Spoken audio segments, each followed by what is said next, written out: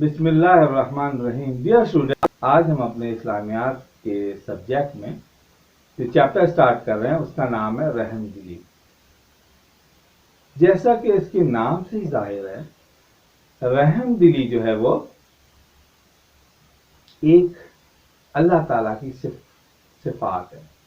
یعنی اللہ تعالیٰ کی بہت ساری صفات ہیں. ہم جانتے ہیں کہ ہم 99 صفات ہم جانتے ہیں جو اللہ تعالیٰ کی 99 نام ہے. بنیادی طور پر وہ اللہ تعالیٰ کی 99 صفات ہیں، اور اس میں جو سب سے افضل ترین جو ایک صفت ہے کیا تھی؟ رحم دلی. رحم یہ اللہ تعالیٰ کی ایسی صفت ہے جس کی وجہ سے ہر گناہ گار جو ہے وہ کسی بھی برے انجام سے فی الحال وقتی طور پہ اس دنیا میں محفوظ ہے یا بچا ہوا ہے، کیونکہ وہ اللہ تعالیٰ کی جو رحم کی جو صفت ہے وہ تمام صفات پر حاوی ہے.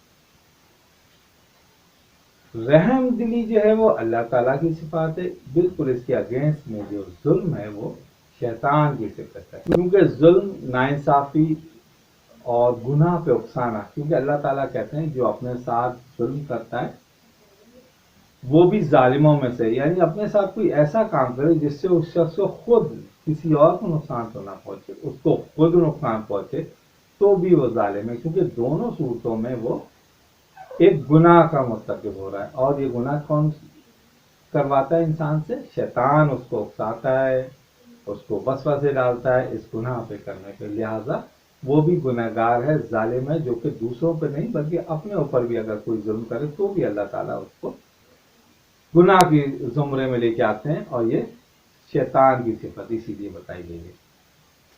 اور صرف اسی لیے اللہ تعالیٰ نے ظالموں پہ لعنت بھیجی ہے، کیونکہ یہ وہ لوگ جو ظلم کرتے ہیں اپنے آپ پر یا کسی اور پر، شیطان کے پیروکار بن جاتے ہیں، شیطان کی اس صفت کو فالو کرتے ہیں جس کی وجہ سے وہ ظالم کہلاتے ہیں. لہٰذا اللہ تعالیٰ نے تمام قسم کے ظلم کرنے والوں پہ اور ظالموں پہ لعنت بھیجی ہے. اسی لیے ہمیشہ جیت جو ہے وہ رحم دلی کی ہوتی ہے، اور ظلم کرنے والا اور ظالم رسوا کن ہوتا ہے. یہ ہم پوری تاریخ میں، انسانی تاریخ میں دیکھ سکتے ہیں کہ ظالم کی جو انجام ہوتا ہے وہ ہمیشہ رسوا کن اور ذلت آمیز اس کا جو ہے وہ انجام ہوا کرتا ہے. اسی لیے تمام انبیاء نے ہمیں رحم دلی، اور اللہ تعالیٰ نے ہمیں اپنی رحم دلی کی صفت پہ عمل کرنے کا تلقین کرتے ہیں. کیا رحم دلی کا مطلب کیا ہے؟ رحم دلی کا مطلب ہے نرم دلی، لوگوں سے اچھی طرح سے پیش آنا، صلہ رحمی کرنا، خوش اخلاقی سے پیش آنا، نرمی سے پیش آنا، ترس کھانا. یہ تمام جو خصوصیات ہیں یا انسان کی تمام چیزیں رحم دلی میں پیش آتے ہیں. صلہ رحمی کا مطلب اپنے رشتے داروں کے ساتھ نیک سلوک کرنا، ان کے لیے اچھا گمان رکھنا، اور ان کے ساتھ اچھا سلوک کرنا. سیدھا ترس کھانے کا ہم کیا مطلب سمجھتے ہیں؟ کسی کے ساتھ بس افسوس کرنا، اس کے ساتھ جا کے افسوس کر لینا. بنیادی طور پہ ترس کھانے کا مطلب یہ ہے کہ اس کے جو ظلم ہوا ہے یا اس کے ساتھ جو تکلیف ہے کسی مسلمان کی یا کسی انسان کی، اس تکلیف کو دور کرنا جو ہے وہ ترس کھانا کہلاتا ہے. ہم جو بنیادی طور ترس کھانے کو کہتے ہیں، کسی پہ افسوس کرنے کو ہم کہہ دیتے ہیں کہ ہم ترس کھا رہے ہیں، اس کے ساتھ بڑا ہی افسوس کیا جاتا ہے، اس کے ساتھ اس کے جو ساتھ ناانصافی ہوتی ہے اس کے ساتھ ہم کہتے ہیں کہ ترس کھا رہے ہیں. جبکہ ترس کھانے کا مطلب ہے کہ اس کے ساتھ جو ظلم اور ناانصافی ہوئی ہے یا اس شخص کو، انسان کو جو تکلیف پیش آئی ہے، اس تکلیف کو دور کیا جائے. یہ بنیادی طور پر ترس کھانے کا مطلب ہے. اور تمام جتنی بھی میں نے رحم دلی کی صفات یا کیٹیگریز بتائی ہیں، صلہ رحمی، خوش اخلاقی، خوش فہمی، لوگوں سے نرمی سے پیش آنا، نرمی سے بات کرنا، ترس کھانا، یہ تمام کی تمام چیزیں جو ہے وہ صلہ رحمی کے زمرے میں آتی ہیں. اور صلہ رحمی ہی کے جذبے کی وجہ سے ہم دوسروں کی مصیبتوں کو دور کرتے ہیں، لوگوں کی آسانیاں پیدا کرتے ہیں. یہ سب اور سب جو ہے وہ صلہ رحمی کی وجہ سے پیش آتی ہیں. اچھا بچوں، جب ہم کوئی بھی کام شروع کرتے ہیں تو ہمیں کیا بتائے گا؟ بسم اللہ الرحمن الرحیم پڑھ کے شروع کرنا چاہیے. یہی اللہ کے نبی نے ہمیں تلقین کی، اور اللہ تعالیٰ بھی کہتے ہیں جب کسی کام کو شروع کریں تو بسم اللہ الرحمن الرحیم پڑھ لیا کریں. اس سے کیا ہوتا ہے؟ جب بسم اللہ الرحمن الرحیم ہم پڑھتے ہیں تو ہمیں اللہ تعالیٰ کی دو صفات کو ہم بیان کرتے ہیں اس میں، ایک رحمان اور ایک رحیم. یعنی یہ دو صفات ایک ایسی صفات ہے، جیسے میں نے شروع میں بتایا، رحمان یا رحم کرنے والا، اور رحمان اللہ تعالیٰ کی ایسی صفات ہے کہ کل کائنات پر حاوی ہے. اس کی اسی رحمان کی جو صفت ہے اسی وجہ سے ہم سب کے جو گناہوں سے بچے ہیں، گناہوں جو ہم سب گناہ گار ہیں، جتنے بھی لوگ گناہ گار ہیں، وہ کسی بھی بڑے جو اس وقت مصیبت سے ہم بچ جاتے ہیں. یعنی اللہ تعالیٰ ایک جگہ قرآن میں کہتے ہیں کہ اگر میں تم لوگوں کی جو گناہوں پہ معاوضہ کرنے لگوں تو پھر اس پورے روئے زمین پہ کوئی بھی جاندار بچ نہیں سکے. یعنی اللہ تعالیٰ خود کہہ رہے ہیں کہ جب ہم اگر تم لوگوں کی گناہوں اور کوتاہیوں پہ ہم آپ پکڑ کرنے لگے تو کوئی جاندار نہیں بچے. یعنی کہ انسان کی یہاں پہ بات نہیں کی کہ کوئی بھی جاندار نہیں بچ سکے. اور سب کس لیے بچے ہوئے ہیں؟ کس لیے بچے رہتے ہیں؟ کسی مصیبت میں نہیں آتے ہیں، کسی عذاب کا شکار نہیں ہوتے، کیوں؟ اللہ تعالیٰ کی جو رحمان اور رحیم کی صفت ہے وہ حاوی ہے، وہ تمام صفات پر حاوی ہے. صرف جسٹ ہم انہی صفات کی وجہ سے جو ہے وہ بچے ہوئے ہیں. تو ہمیں بھی چاہیے کہ اللہ تعالیٰ کی ان صفات کی وجہ سے، جس کی وجہ سے ہم محفوظ ہیں، کسی بڑی مصیبت میں سے نہیں، ہم پکڑ میں نہیں آ رہے ہیں، تو ہمیں بھی چاہیے کہ ہم بھی دوسرے لوگوں پہ یا دوسرے انسانوں پہ اس ہی صفات کو، جو اللہ تعالیٰ نے یہ صفات انسان میں بھی رکھی، کسی کے ساتھ رحم دلی سے پیش آنا، مصیبت کو دور کرنا اور نرمی سے پیش آنا، کسی کی تکلیف کو دور کرنا، تمام کام ہمیں بھی کرنے چاہیے، کیونکہ اللہ تعالیٰ ہمارے ساتھ یہ معاملہ فرما رہے ہیں. تو ہمیں بھی چاہیے کہ ہم دوسرے انسانوں کے ساتھ یہی معاملات فرمائیں یا یہی معاملہ رکھیں. اسی طرح صلہ رحمی یا رحم دلی کے، اسی طرح رحم دلی کے بارے میں اللہ تعالیٰ نے اسی لیے اور رحم دلی کے حوالے سے اللہ تعالیٰ نے سورہ دہر کی آیت نمبر 31 میں فرمایا، جو کہ اس چیپٹر میں ہے اور اسی ٹاپک سے ریلیٹڈ ہے. یعنی ترجمہ، اللہ تعالیٰ جس کو چاہتا ہے اپنی رحمت میں داخل کر لیتا ہے، اور ظالموں کے لیے اس نے دکھ دینے والا عذاب تیار کر رکھا ہے. یعنی اللہ تعالیٰ جسے چاہتا ہے اپنی رحمت میں داخل کر لیتا ہے. یعنی وہ کوئی بھی گناہ کرے تو اللہ تعالیٰ کی مرضی ہوگی کہ وہ کسی کو اپنی رحمت میں داخل کر لے، کیونکہ اللہ تعالیٰ مالک الملک ہیں، اس پورے کائنات کے مالک ہیں، ہمارے رب ہیں. اللہ تعالیٰ جسے چاہیں اسے اپنی رحمت میں داخل کر لیں، چاہیں تو ہمارے تمام گناہ معاف کر دیں یا ہمارے گناہوں کی سزا دیں. اور ہم اللہ تعالیٰ سے امید رکھتے ہیں کہ اللہ تعالیٰ ہمیں معاف کر دیں گے، ہمارے گناہوں کی سزا نہیں دیں گے، کیونکہ اللہ تعالیٰ کے گناہوں کی سزا کی تو کوئی تاب لا ہی نہیں سکتا. اور ہاں البتہ جس نے شرک کیا ہوگا، صرف اللہ تعالیٰ کہتے ہیں کہ ہم ان کے گناہ کو معاف نہیں کر سکیں گے، لیکن کچھ ایسے گناہ ہوں گے جن کی سزا دینا لازمی ہوگی. کچھ ایسے گناہ ہوں گے جن کی سزا ملے گی ہر حال میں. اور اس میں آگے آیت میں فرمائے گا، اور ظالموں کے لیے اللہ تعالیٰ نے دردناک عذاب تیار رکھا ہے. ظالم وہ لوگ جو اپنے اوپر ظلم کرتے ہیں، دوسروں کو نیک راستے سے اور نیکی کے راستے سے روکتے ہیں، ایمان کے راستے سے روکتے ہیں، اور اسی طرح ہر اچھا کام کرنے سے روکتے ہیں، ایسے لوگوں کے لیے اللہ تعالیٰ نے بڑا ہی دردناک عذاب تیار کر رکھا ہے.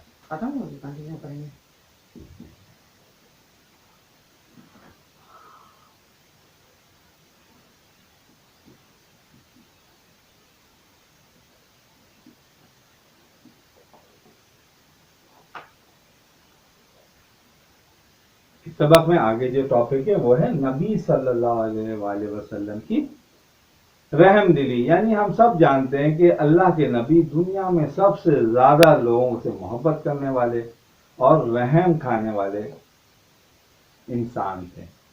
یعنی رحم دلی میں اللہ کے نبی سے زیادہ شاید اس دنیا میں کائنات میں کوئی رحم کرنے والا ہوگا.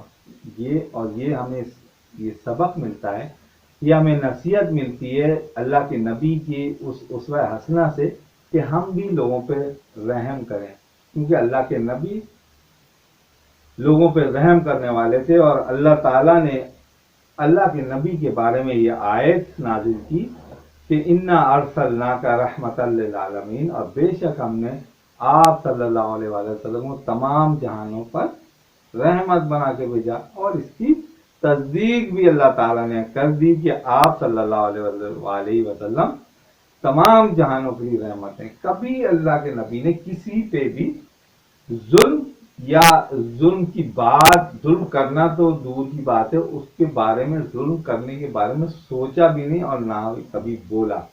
اسی لیے اللہ تعالیٰ نے کہا کہ آپ تمام جہانوں کے لیے رحمت بنا کے بھیجیں. اور جب ہم حضور صلی اللہ علیہ وآلہ وسلم کی پوری زندگی اسوہ حسنہ کے بارے میں ہم دیکھتے ہیں، سیرت النبی پڑھتے ہیں، تو ہمیں یہی پتہ چلتا ہے کہ اپنی زندگی کے ہر شعبے میں اللہ کے نبی واقعی ایک رحمت کا ایک مجسم نمونہ تھے. یعنی کسی بھی ہمیں کارنر پہ، کسی بھی جگہ پہ ہمیں اللہ کے نبی سے جو ہے وہ بے رحمی کا ایک شائبہ تک نہیں ملتا. ایکٹ میں یا عمل میں تو دور کی بات ہے، سوچنے میں اور زبان سے بھی کسی کے بارے میں. اور لاتعداد مثالیں بھری پڑی ہیں جو اللہ کے نبی کی رحم اور رحم دلی اور شفقت کی جو ہے وہ ہمیں پتہ چلتا ہے جن کی باتوں سے. اس سبق میں جس ٹاپک پہ، رحم دلی کے ٹاپک پہ پہلا ٹاپک ہے وہ ہے نبی صلی اللہ علیہ وآلہ وسلم کی رحم دلی. یعنی اور اس میں غزوہ بدر کا جو ہے وہ، غزوہ بدر اس وقت پیش آیا جب مسلمان بہت ہی کس مفرسی کے حال میں مدینے کی طرف جو ہے وہ ہجرت کی. انہوں نے مکہ سے بہت ظلم اور تکلیفیں سہیں اور بے سر و سامانی کے عالم میں جو ہے مدینے کی طرف انہوں نے ہجرت کی. مدینے میں رہ رہے تھے، ان کے پاس بہت اتنا کوئی مال و زر بھی نہیں تھا، بہت ہی تکلیف میں اور بہت ہی پریشانی میں وہ مدینے میں رہ رہے تھے. اور ان کو اس بات کا غصہ بھی تھا جو کہ مکے والوں نے ان پر کیا تھا، وہ جو ظلم کیا تھا اس بات کا بھی ان کو بہت غصہ تھا. لہذا یہ موقع ہاتھ آیا اور ان کو اطلاع ملی کہ ابو سفیان ایک بہت بڑا جو ہے وہ قافلہ، یعنی ٹریڈنگ قافلہ جو ہے وہ لے کے شام سے وہ مکہ جا رہے ہیں، اور ان کا گزر مدینے کے قریب سے یعنی بدر سے ہوتا ہوا وہ مکے جائے گا. تو مسلمانوں نے پلان کیا کہ اس قافلے کو لوٹ لیا جائے اور جتنا بھی سامان ہے وہ مسلمان اس کو لے لیں تاکہ وہ جو ان کی پریشانی ہے وہ ختم ہو. اور دوسری بات یہ بات بھی سننے میں آ رہی تھی کہ یہ اتنا زیادہ جو مال و زر اور سامان جو جا رہا ہے اس سے جو قریش یا مکہ کے کافروں کی مدد کی جائے گی اور پھر وہ اس سے مدینے میں ایک بڑے حملے کی تیاری کریں گے. تو اس سے بچنے کے لیے بھی ان کو اس قافلے کا جو ہے وہ حملہ کرنا لازمی سمجھا گیا. لہذا ایک پورا پلان کی طرح پلان بنا کر جب یہ قافلہ بدر پہ پہنچا تو مسلمانوں سے ایک جنگ ہوئی. ابو سفیان تو اس قافلے سے اپنا سامان لے کے نکل گیا، لیکن چونکہ اس نے مکہ والوں کو بلا لیا تھا بدر کے مقام پر اپنے بچاؤ کے لیے کہ اس پہ ایک حملہ ہونے والا ہے، لہذا مکے سے بہت سارے جو مشرکین مکہ تھے وہ حملہ کرنے کے لیے مدینے پہ یا مسلمانوں پہ حملہ کرنے کے لیے پہنچے. اور تقریباً بدر کے مقام پہ دونوں جو مسلمان اور مشرکین مکہ تھے، کافر تھے، ان کے درمیان جنگ ہوئی. اور اس جنگ میں اللہ تعالیٰ نے فتح جو ہے وہ مسلمانوں کے حق میں کی اور بہت بڑا مال غنیمت مسلمانوں کے ہاتھ لگا اور تقریباً 70 کافر بھی جو قیدی بنا کے مسلمانوں کے قبضے میں آ گئے. یہ انیشلی بہت بڑی فتح تھی اور مسلمان تو چاہتے تھے کہ ان 70 صحابہ کو جو قیدیوں کی طرح سلوک کیا جاتا ہے ان کو قتل کر دیا جائے، جو کہ اس زمانے میں عام رواج تھا. اور مسلمانوں کے اپنا جو پیچھے ان پہ انہی لوگوں نے ظلم کیا تھا، ان میں بہت سارے ایسے لوگ بھی تھے جو کہ انہی مسلمانوں پہ جو مدینے میں تھے ان پہ ظلم کر چکے تھے. تو مسلمانوں کو جب وہ قیدی بنائے گئے تو اور زیادہ ان پہ غصہ آیا اور جنگی قوانین کے تحت ان کو سزا کے طور پہ سزائے موت دینی تھی. لیکن چونکہ مسلمان قسم پرسی میں تھے اور یہ ڈیسائیڈ دو رائے پیدا ہو گئی کہ کچھ نے کہا ان کو مال غنیمت یا فدیہ لے کے چھوڑ دیا جائے اور کچھ نے کہا کچھ صحابہ نے کہا کہ انہیں سزا دے دی جائے یا سزائے موت دے دی جائے جو کہ قیدیوں کو اور طریقہ تھا اس وقت. تو حضرت محمد صلی اللہ علیہ وسلم چونکہ رحمت اللہ العالمین تھے تو انہوں نے حضرت ابراہیم علیہ السلام کی جیسی نیک نیت تھی اور حضرت عیسیٰ علیہ السلام کی جیسی رحم دلی دکھائی, جیسی رحم دلی اختیار کی اور قیدیوں کو سختی نہیں کی اور فدیہ لے کے چھوڑنے کا فیصلہ کیا گیا. اور کچھ ایسے قیدی بھی تھے جن کے پاس فدیہ دینے کے لیے بھی کوئی رقم یا پیسہ یا کوئی ایسی چیز نہیں تھی, لہذا اور وہ پڑھے لکھے تھے, پڑھنا لکھنا جانتے تھے, تو لہذا ان سے یہ فیصلہ کیا گیا کہ ہر قیدی جو ہے وہ 10 مسلمانوں کو لکھنا پڑھنا سکھائے گا اور یہی اس کی سزا ہوگی اور وہ کتنے دن میں بھی پیش آئے.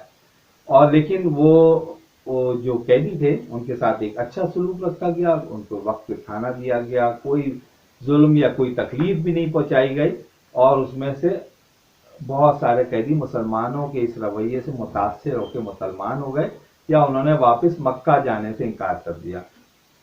اس رحم دلی کا یہ نتیجہ جو ہے مسلمانوں کو ملا. اسی لیے اللہ تعالیٰ نے انہی قیدیوں کے بارے میں ان قیدیوں کے بارے میں ترجمہ سورہ انفال میں اللہ تعالیٰ نے فرمایا, اے پیغمبر صلی اللہ علیہ وآلہ وسلم, جو قیدی تمہارے قبضے میں ہیں ان سے کہہ دو کہ اللہ تمہارے دلوں میں نیکی معلوم کرے گا, اور جو مال تم سے چھن گیا ہے وہ اللہ تعالیٰ اس سے بہتر تمہیں عنایت فرمائیں گے اور تمہارے گناہ معاف کر دیں گے, اور اللہ بخشنے والا مہربان ہے. یہ ان قیدیوں کے بارے میں کہا, جبکہ ان قیدیوں سے پہلے اللہ تعالیٰ نے کہا تھا کہ اللہ تعالیٰ نے ان کے لیے کچھ اور فیصلہ فرمایا تھا. بہرحال اگر آپ نے ان کو معاف کرنا اور قیدی بنانے کی فیصلہ کیا ہے تو اللہ تعالیٰ اس فیصلے کے ساتھ ہے, ورنہ ان قیدیوں کو جو تھا وہ قتل کرنے ہی کا ارادہ تھا جو کہ عام رواج تھا. لہذا اللہ تعالیٰ نے مسلمانوں کے اس فیصلے کو جو ہے وہ تسلیم کر لیا, اس کے حق میں ان کو اس فیصلے کی تائید کر دی, اور ان قیدیوں کے بارے میں بھی اللہ تعالیٰ نے فرما دیا کہ اللہ تعالیٰ اگر آپ کے دلوں میں ایمان ہوگا تو ان کو ایمان معلوم کرنے کا مطلب ہے کہ ان کو تو اللہ تعالیٰ جب ان کے دلوں میں ایمان معلوم کریں گے تو اس کا مطلب ہے کہ ان کو ایمان کی دولت سے بہرمند فرمائیں گے, یعنی مسلمان ہونے کا امکان ہے, وہ لوگ مسلمان ہو جائیں گے, اور ایسا ہوا بھی. حسن سلوک اور رحم دلی کا معاملہ جو فرمایا وہ آج تک ایک مثال بن گیا ہے, اور آج تک قیدیوں کے ساتھ اسی طرح کا رویہ رکھا جاتا ہے جو کہ اللہ کے نبی نے ان قیدیوں کے ساتھ رویہ رکھا اور ایک مثال قائم کر دی.